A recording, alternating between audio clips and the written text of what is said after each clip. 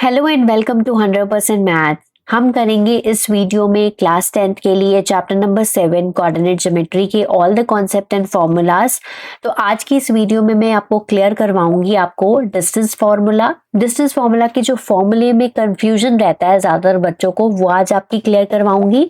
Section formula को याद करने का इजी तरीका बताने वाली हूँ। सारे टिप्स और ट्रिक्स बताऊंगी कि कार्टेशियन सिस्टम के अकॉर्डिंगली अगर कोई क्वेश्चन आ जाता है तो उसका आंसर आपको जल्दी से कैसे देना है, मिड पॉइंट फॉर्मूला कैसे यूज करना है, सेंट्रॉइड क्या फॉर्मूला होता है, कैसे उसको यूज करना है, कहाँ से आया है, वो सारा कुछ इस वीडियो में आपको बताने जा रही हूँ। तो ये वीडियो जो है क्लास 10th के लिए बहुत ज्यादा इंपॉर्टेंट है और इस वीडियो को देखने के बाद आप डिस्क्रिप्शन बॉक्स में जाकर इसकी एमसीक्यूज भी जरूर प्रैक्टिस करिएगा, बहुत अच्छे से आप कर पाएंगे। ठीक है।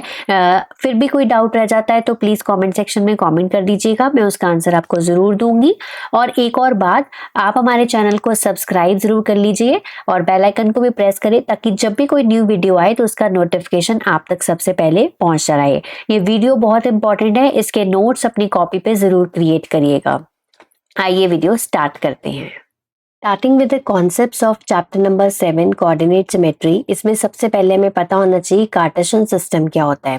एक ऐसा सिस्टम जो कि पर्टिकुलर पॉइंट की पोजीशन बताए प्लेन के अंदर, उसे हम बोलते हैं कार्टेशियन सिस्टम। ठीक है, the system used to describe position of a point in a plane. ठीक है, अब यहाँ पर सिंपल हम पहले समझेंगे what is Cartesian plane only. ठीक है, ये हमारा कार्टेशियन प्लेन होता है। This is our y axis, this is y dash, x axis x dash. ठीक है, x x dash y y dash. ठीक है, अब यहाँ पर ये जो होते हैं पॉजिटिव नंबर्स होते हैं 1 2 3, तो ये पॉजिटिव वाई एक्सिस है। ठीक है, ये नेगेटिव वाई एक्सिस है, -1 -2 एंड -3, इस तरह से ये नेगेटिव वाई एक्सिस है। ये इस तरफ जो होती है पॉजिटिव एक्स एक्सिस होती है, ये इस तरफ राइट हैंड साइड की तरफ, लेफ्ट हैंड साइड की तरफ हमारी नेगेटिव एक्स एक्सिस होती है। ठीक है, तो ये डायग्राम इसी को डिस्क्राइब कर रही है और जहां पर ये दोनों एक्सिस इसको मीट करते हैं, इस पॉइंट को बोलते हैं ओरिजिन। ये ऑलरेडी आपको बातें पता है बट स्टिल एक बार रिवीजन हम कर रहे हैं तो इसलिए बता रही हूँ। ओके, नेक्स्ट उसके बाद आ जाता है, हमें कई बार क्वेश्चन में आ जाता है परपेंडिकुलर डिस्टेंस निकालो वाई एक्सिस से और एक्स एक्सिस से, वो हमने पता नहीं चलता, तो हमें आज इसमें सीखेंगे।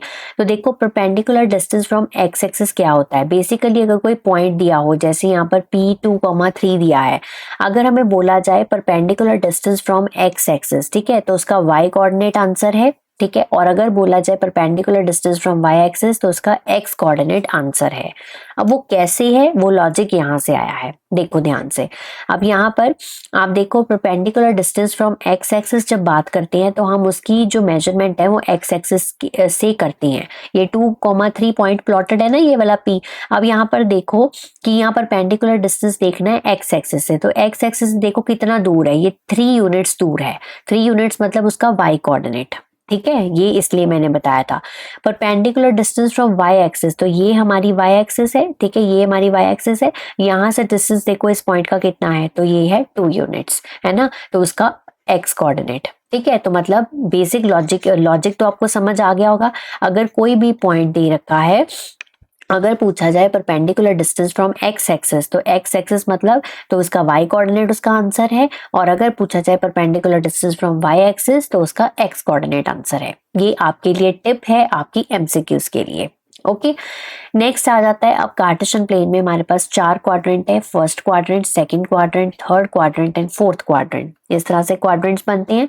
फर्स्ट क्वाड्रेंट में हमारे दोनों कोऑर्डिनेट्स पॉजिटिव होते हैं, सेकंड में एक्स नेगेटिव, जो वाई है वो पॉजिटिव होता है, थर्ड में दोनों नेगेटिव, और फोर्थ क्वाड्रेंट में हमारा एक जो एक्स एक्सिस है वो पॉजिटिव होता है और वाई एक्सिस है वो नेगेटिव होता है। अब ये क्यों पता होना चाहिए, कई बार हमें सेक्शन फॉर्मूला के कोई क्वेश्चन आता है, पूछा जाता है कि ये पॉइंट किस क्वाड्रेंट में लाई करता है, तो पता तो होना चाहिए ना किस क्वाड्रेंट में कौन सी तरह का जो कोऑर्डिनेट्स होते हैं, पॉजिटिव पॉजिटिव होते हैं, पॉजिटिव नेगेटिव होते हैं, नेगेटिव पॉजिटिव होते हैं, या दोनों नेगेटिव होते हैं।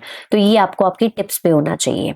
ओके, तो हमारा फर्स्ट इंपॉर्टेंट टॉपिक है इस चैप्टर का, दैट इज डिस्टेंस फॉर्मूला। अब डिस्टेंस फॉर्मूला होता क्या है? बेसिकली जब हम किसी दो पॉइंट्स के बीच में डिस्टेंस फाइंड करना हो कार्टेशियन प्लेन में, तो हम उसमें डिस्टेंस फॉर्मूला अप्लाई करते हैं। The distance between any two points P and Q in a Cartesian plane is given by this formula. Okay, अब यहाँ पर P के जो कोऑर्डिनेट्स हैं x1 y1 है, Q के जो कोऑर्डिनेट्स हैं x2 y2 हैं। ठीक है, आप x1 minus x2 whole square या x2 minus x1 whole square कुछ भी लगा सकते हैं। बच्चे मुझे तो ज्यादातर वीडियो के नीचे कमेंट लिखकर पूछते हैं कि आपने कई जगह पर x1 माइनस x2 यूज करते हो और कई जगह पर आप x2 माइनस x1 यूज करते हो। It doesn't matter. आपको इसका एग्जाम्पल देती हूँ, आपको समझ आ जाएगा। लाइक फॉर एग्जाम्पल -2 का स्क्वायर क्या होता है? 4 होता है। अगर आप 2 का स्क्वायर करो तब भी तो क्या होता है? 4 होता है ना। तो माइनस भी आ जाएगा तब भी उसकी जो स्क्वायरिंग हो जाएगी तो वो आंसर पॉजिटिव ही हो जाएगा, है ना। तो इसीलिए कोई चीज मैटर नहीं करती, क्योंकि ये होल स्क्वायर हो रहा है, x1 माइनस x2 का होल स्क्वायर या x2 माइनस x1 का होल स्क्वायर हो रहा है, इसलिए मैटर नहीं कर रहा। कोई भी पोजीशन पहले हो सकती है, किसी की भी। ठीक है, एक एग्जाम्पल लेके देख लेते हैं। लेट अस से मेरे पास P के जो कोऑर्डिनेट्स है वो 1,3 है और 1,5 है, ऐसे कर लेते हैं। और Q के जो कोऑर्डिनेट्स है वो 2,3 है। जस्ट एक एग्जांपल ले रही हूँ। पहले मैं इसको x1 y1 और ये x2 y2 मान लेती हूँ। ठीक है, अब मैं सबसे पहले ये x1 माइनस x2 ये वाला फॉर्मूला अप्लाई करके देखती हूँ। मैं आपको दिखाऊंगी कि दोनों में कोई फर्क नहीं है। ठीक है, पहले x1 माइनस x2 यूज कर रही हूँ। 1 माइनस 2 का होल स्क्वायर प्लस 5 माइनस 3 का होल स्क्वायर। ठीक है, ये यूज किया। -1 का होल स्क्वायर, 5 माइनस 3 2 का होल स्क्वायर। ठीक है, -1 का होल स्क्वायर 1 हो गया, प्लस 4 दैट इज √5। ठीक है, अब क्या करूंगी मैं? x2 minus x1 whole square करके देखती हूँ। देखो, अब PQ डिस्टेंस फाइंड कर रही हूँ, x2 माइनस x1 कर रही हूँ। 2 माइनस 1 का होल स्क्वायर प्लस 3 माइनस 5 का होल स्क्वायर। तो ये आ गया 1 का स्क्वायर और ये आ गया -2 का स्क्वायर। तो 1 का स्क्वायर 1, -2 का स्क्वायर 4, तो ये आ गया √5। ठीक है, तो देखा आपने कि आप चाहे x1 माइनस x2 यूज कर लो, चाहे आप x2 माइनस x1 यूज कर लो या x1 माइनस x2 यूज कर लो, it doesn't matter, same answer आएगा। ओके, तो ये बात होगी आपकी डिस्टेंस फॉर्मूला की। अब एक शॉर्टकट लॉजिक है, जब भी आपको एक पॉइंट ओरिजिन दे रखा हो, ठीक है, एक पॉइंट ओरिजिन दे रखा हो और दूसरा पॉइंट कोई भी दे रखा हो, जैसे यहाँ पर PXY है, तो उसका जो डिस्टेंस है वो क्या रह जाता है? x square plus y square, √x square plus y square. ठीक है, एक एग्जाम्पल लेकर यहाँ पर मैं बता रही हूँ। जैसे कोई पॉइंट है 2,3 P2,3 और दूसरा बोला है ओरिजिन से इसका डिस्टेंस फाइंड करो, तो आपको कुछ भी करने की जरूरत नहीं है।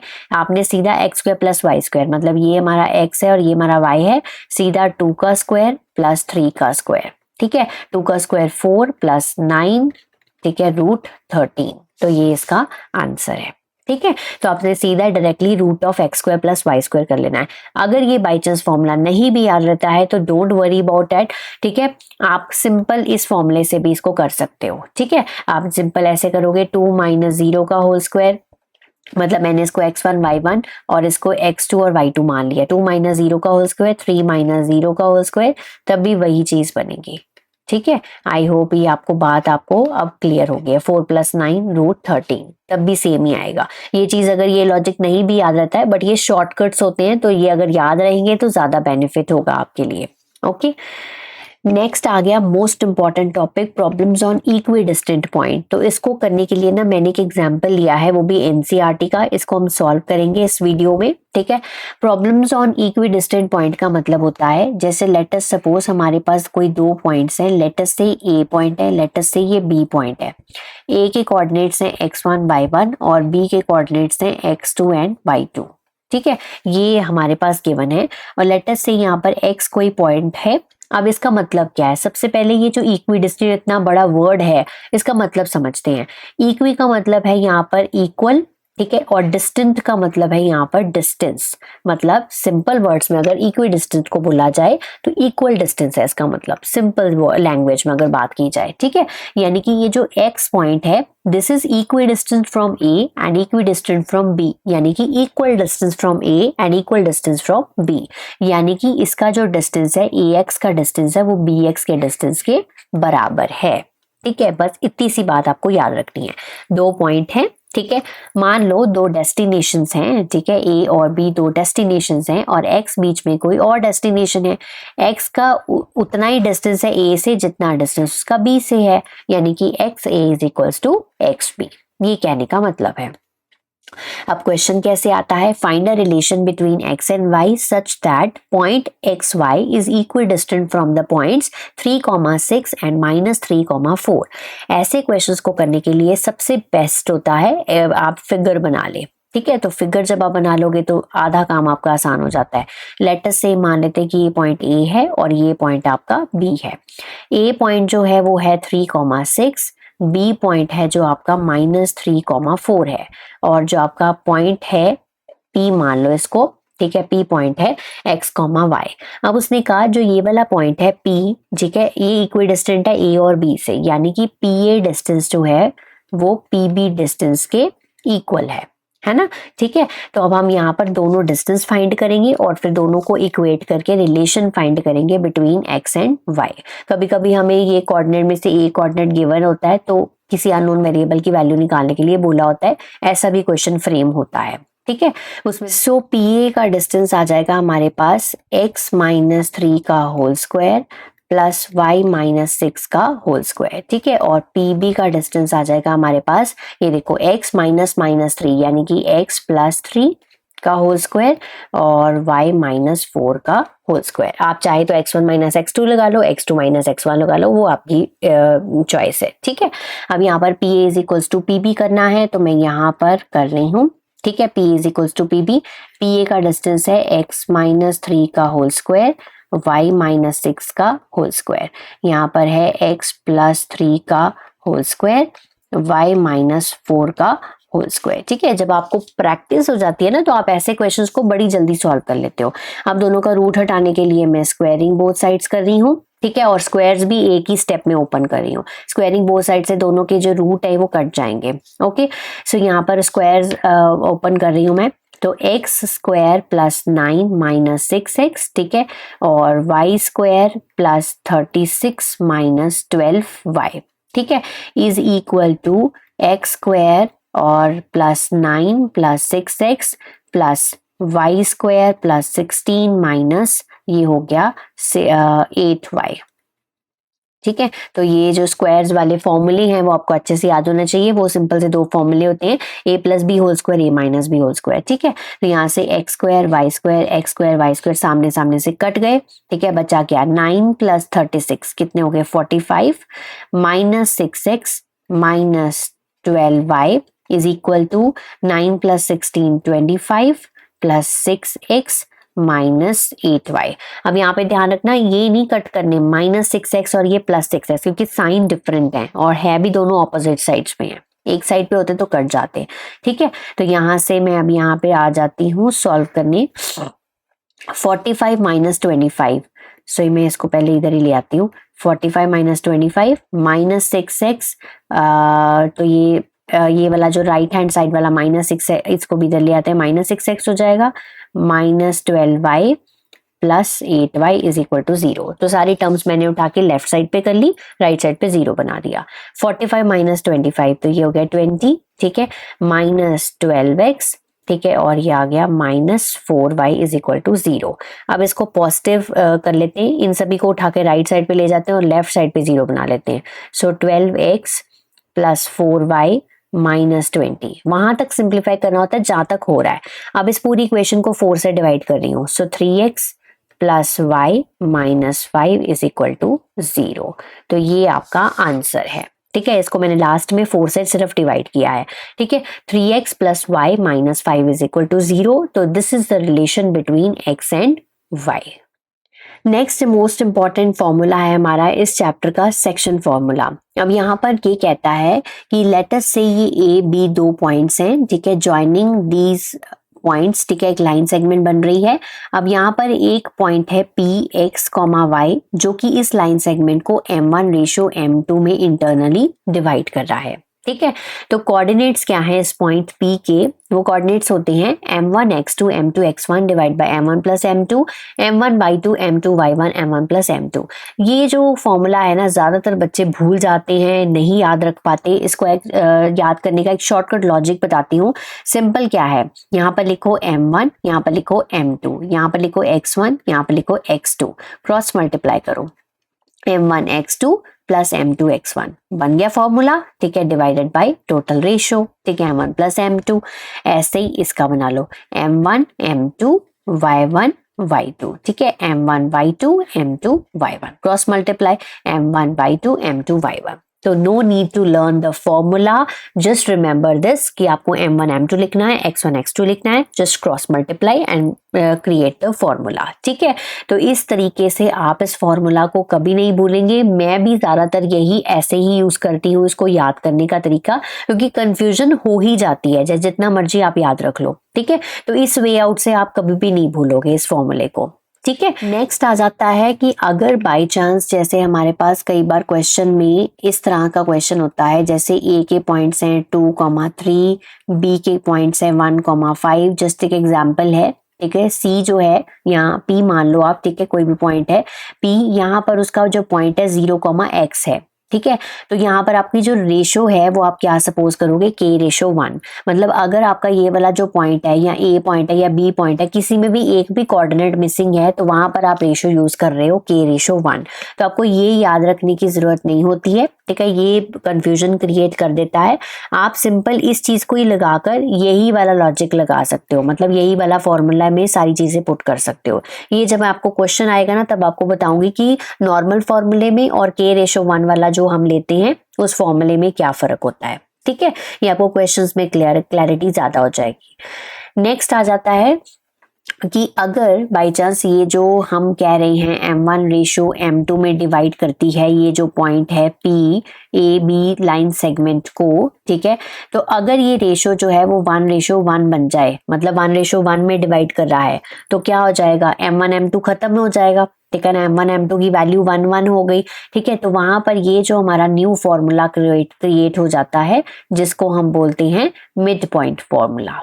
ठीक है, तो सिंपल आपको कई बार ऐसे दिया जाता है कि दो पॉइंट्स हैं। ठीक है, ये ए और बी दो पॉइंट्स लाइन सेगमेंट है, सी कोई पॉइंट है या एम कोई पॉइंट है, वो इसका मिड पॉइंट है। तो ये मिड पॉइंट आप फाइंड करो। मिड पॉइंट का मतलब है वो लाइन सेगमेंट को 1:1 में डिवाइड कर रहा है। ठीक है, इक्वल पार्ट्स में डिवाइड कर रहा है ना, तो वो मिड पॉइंट है। तो वहां पर सिंपल ये मिड पॉइंट फॉर्मूला लगा देना है, जिसका फॉर्मूला बहुत सिंपल है, x1 plus x2 divide by 2, y1 plus y2 divide by 2। ठीक है, सिंपल ये फॉर्मूला हमने वहां पर लगाना है। ओके, इसको बोलते हैं मिड पॉइंट फॉर्मूला, जो कि बना कहाँ से है, सेक्शन फॉर्मूला से ही बना है। अब वो कैसे बना ये भी देख लो जरा। ये देखो, अगर आप यहाँ पर m1 और m2 की वैल्यू 1 डालते हो, तो देखो यही से क्रिएट हुआ है। 1 इंटू x2 रह गया, 1 इंटू x1 रह गया। m1 और m2 की वैल्यू क्या है, 1 तो 1 प्लस 1 कितना हो गया, 2 हो गया। यहाँ पर भी सेम, m1 की वैल्यू क्या है, 1, सो यहाँ पर हो गया y2 y1 1 प्लस 1। तो देखो फॉर्मूला तो वही बना ना, x1 plus x2 divide by 2, y1 plus y2 divide by 2। तो बेसिकली जो मिड पॉइंट फॉर्मूला क्रिएट किया गया है वो सेक्शन फॉर्मूला से ही आया है। ओके, ये सारी चीजें आपको क्यों पता होने चाहिए, क्योंकि कई बार आपको एमसीक्यूज में ऐसी चीजें भी पूछी जाएंगी। तो जब थ्योरी पेपर होता था तब ऐसे क्वेश्चंस आपको नहीं आते थे, तब ऐसी नॉलेज होना जरूरी भी नहीं था। ठीक है, बट अब ये नॉलेज होना आपको जरूरी है, क्योंकि एमसीक्यूज किसी भी तरीके से पूछे जा सकते हैं। Okay, next most important topic है इस चैप्टर का, that is centroid of a triangle. बहुत सिंपल है। ठीक है, सिंपल क्या है यहाँ पर कि ट्रायंगल ए बी सी है। ठीक है, यहाँ पर आप देखो ये जो तीनों ए डी है, बी ई है, एफ सी है, ठीक है, ये जी पॉइंट पे इंटरसेक्ट कर रहे हैं। तो जी क्या है, इसका सेंट्रोइड है। ठीक है, अब यहाँ पर मान लेते हैं कि x1 और y1 इसके कोऑर्डिनेट्स हैं, b के कोऑर्डिनेट्स हैं x2 और y2, और c के कोऑर्डिनेट्स हैं x3 और y3। ठीक है, तो सेंट्रोइड क्या होता है, x1 plus x2 plus x3 divide by 3, y1 plus y2 plus y3 divided by 3। ये सिंपल फॉर्मूला है। ठीक है, जैसे मिड पॉइंट में 2 पॉइंट्स हैं, डिवाइड बाई 2 हो गया, यहाँ पर 3 है तो डिवाइड बाई 3 हो गया। This is all about this chapter. यही फॉर्मूलाज आपको मेन 3 लर्न करने हैं, ठीक है, जिसके बेसिस पे आपको क्वेश्चंस पूछे जाएंगे। I hope it's clear to you, but still अगर कोई डाउट रह गया है तो कमेंट सेक्शन में कमेंट कर दीजिए, मैं उसका आंसर आपको जरूर दूंगी। तब तक आप इसको प्रैक्टिस कर लीजिए, रिवाइज कर लीजिए। Have a nice day to all of you.